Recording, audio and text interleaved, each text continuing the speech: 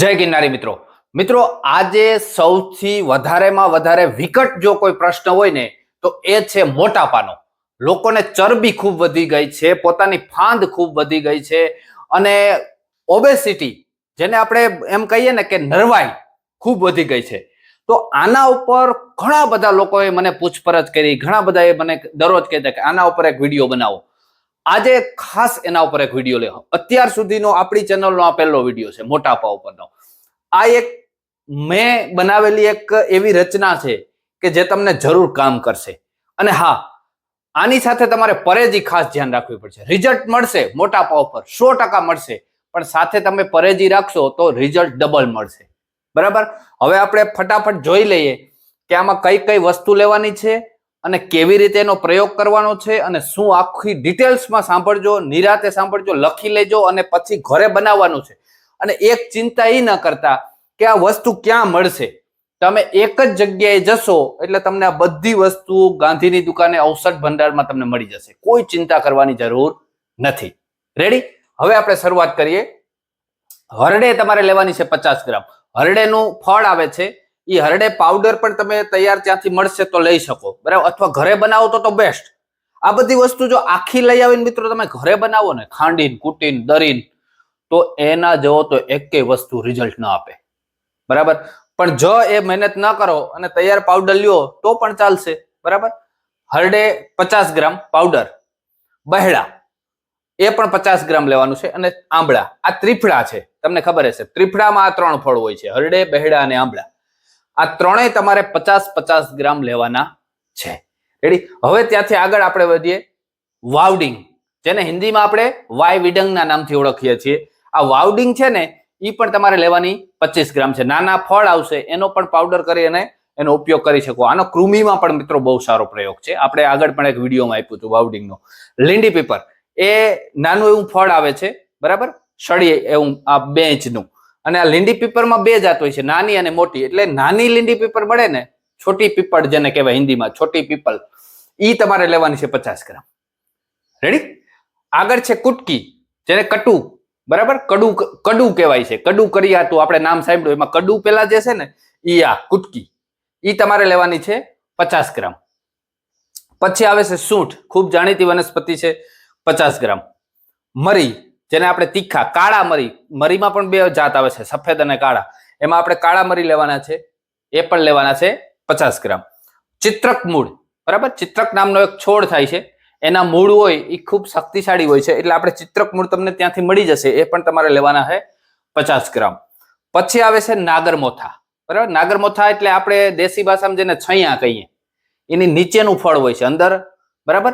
એ ઉપાડો ને છૈયો એટલે નીચે ગાંઠ નીકળે છે, એને આપણે નાગરમોથા કહીએ છીએ. એમાં તીખાસ વધારે હોય છે, એ પણ લેવાના છે તમારે 50 ગ્રામ. એના પછી વરિયાળી, ખૂબ જાણીતી વસ્તુ છે, 50 ગ્રામ લેવાની છે. અને છેલ્લે છે ધાણા, બરાબર, એ પણ ખૂબ જાણીતી વસ્તુ છે, 50 ગ્રામ. ટૂંકમાં અહીંયા જે મેં યાદી બનાવી છે ને, આ તમામ વસ્તુ તમારે લેવાની કેટલી છે? 50 ગ્રામ. રેડી?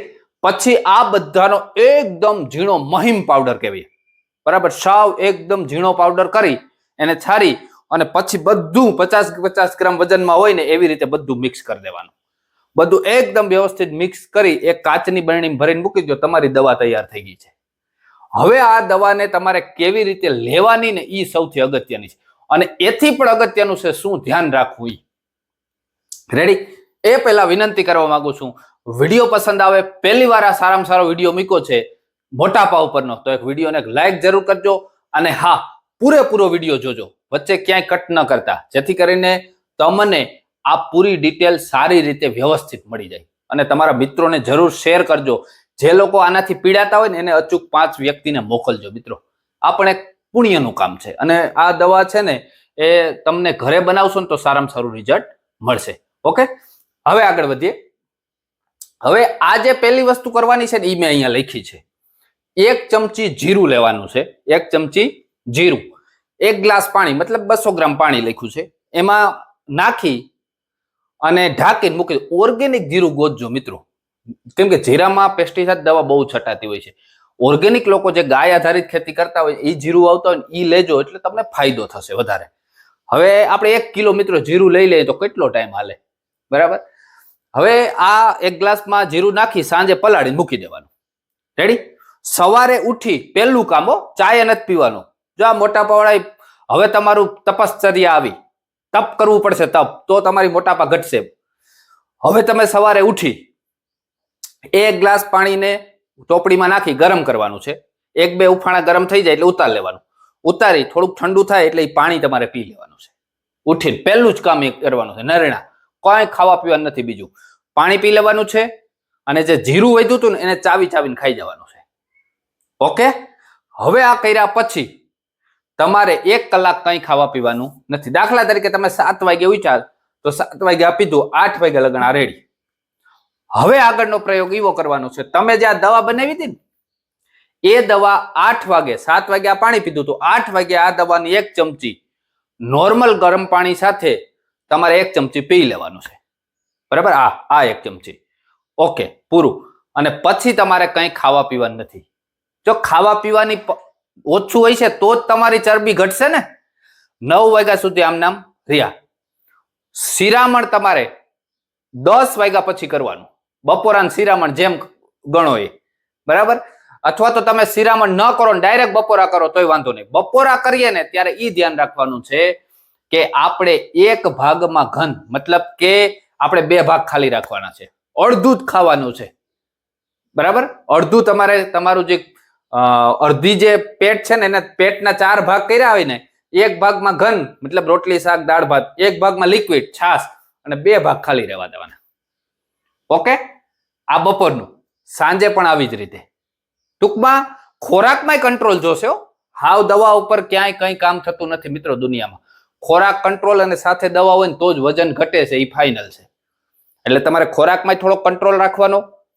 પછી સાંજે આવી જ રીતે જમ્યા પછી હજી બીજી વાર પ્રયોગ ક્યારે કરવાનો એ પણ તમને કહી દઉં. સાંજે સૂવું ને ત્યારે પાછું ફરીથી આ જે દવા છે એને 1 ચમચી લઈ અને ગરમ પાણી સાથે પી લેવાની. રેડી? સવારે અને સાંજે 2 ટાઈમ 1-1 ચમચી આને પીવાની છે. અને આ સાંજે પલાળી અને સવારે ઉઠીને આ કામ કરવાનું છે. અને ખોરાક ઉપર કંટ્રોલ કરવાનો છે. અને જેટલું ચલાય ને એટલું ચાલવાનું છે. 5 વાગે વોકિંગ થાય તો દિવસના 4, 5, 6 કિલોમીટર હાલવાનું છે. અને સાથે આ પ્રયોગ કરવાનો છે અને ખોરાક ઉપર કંટ્રોલ રાખવાનો છે. એટલું જો કરવાની ગણતરી હોય ને, મગજમાં વિચાર લેજો કે હા આપણે આ કરી શકશો, તો જ તમારી ચરબી ઉતરશે, તો જ તમારી બોડી ઉતરશે, તો જ તમારા મોટાપાને ફાંદ ઘટશે, બાકી નહીં ઘટે. આ ગેરંટી છે. અને તમે ક્યાંય પણથી દવા લ્યો ને તો ઈ તમને જોજો પેલા ડાયટ પ્લાન આપશે કે ભાઈ તમારે એટલું જ ખાવાનું છે, આ એટલું ખાવાનું, થોડું આ 1 ગ્રામ 2 ગ્રામ 5 ગ્રામ ખાવાનું છે ને એટલી આ કસરત કરવાની છે. પછી અમારી આ દવા. એટલે ભાઈ દવા કામ નથી કરતી, એનું જે તમે ખોરાક નથી લેતા, કસરત કરો છો ને એના હિસાબે તમારી બોડી ઘટે છે. ખોરાક તો પછી દવા તો પછીની વાત છે. સમજ્યા તમે? એટલે આ દવા તો કામ કરશે જો, કેમ કે આયુર્વેદિક તમે જોવો ને તો આ બેસ્ટ દવા મેં બનાવી છે. તમારા પેટને સાફ કરવા વાળી દવા છે. જૂના મળને કાઢવા વાળી દવા છે. એટલે દવા તો કામ 100% કરશે. સાથે જો તમે જો દાખલા તરીકે ખાતા ના દવા ખાવ તો આ દવા પણ કામ નહીં કરે. રેડી? એટલે આ દવા હતી. મોટાપા વિશે જરૂર કોકને શેર કરજો. બરાબર? આજે ઘણો સમય પછી આપણે બોર્ડ વાળો વિડીયો બનાવ્યો છે. જો પસંદ આવે આ વિડીયો તો એક સારી કોમેન્ટ જરૂર અચૂક કરજો કે ભાઈ અમને આ વિડીયો ખૂબ પસંદ આવ્યો, જેથી કરીને મને પ્રેરણા મળે અને આવા અલગ અલગ વિડીયો હું તમને અવારનવાર આપતો રહીશ. ખૂબ ખૂબ આભાર. જય જવાન, જય કિસાન, જય આયુર્વેદ.